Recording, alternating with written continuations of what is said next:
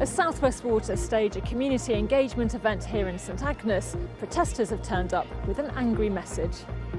Well, as the situation in Brixham continues, a series of South West Water roadshows around the region reached St Agnes on the North Cornwall coast today.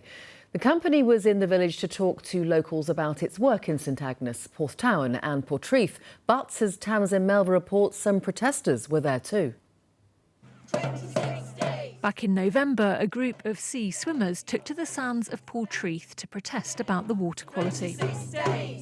Today, the same messages were taken to South West Water's community engagement event in St Agnes, the latest in a series around the region. Well, South West Water didn't want us to film inside this event, but there are representatives from the company there and information about things like the storm overflows and investment in infrastructure.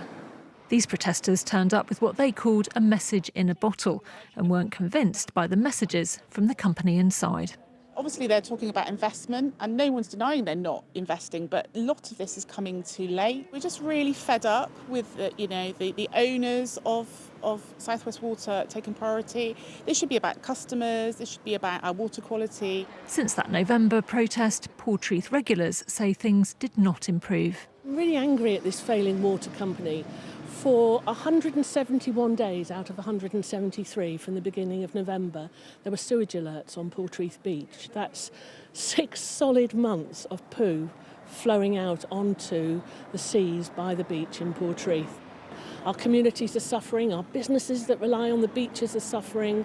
By every reasonable measure, this is a failing business with a failing chief executive. South West Water told us the opinions of customers matter greatly, which is why we are taking the roadshow across the region.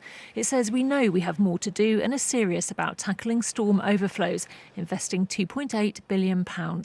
It also says it's one of the first water companies to monitor 100% of overflows which are affected by rainfall, saying 2023 was the 5th wettest since records began for the South West.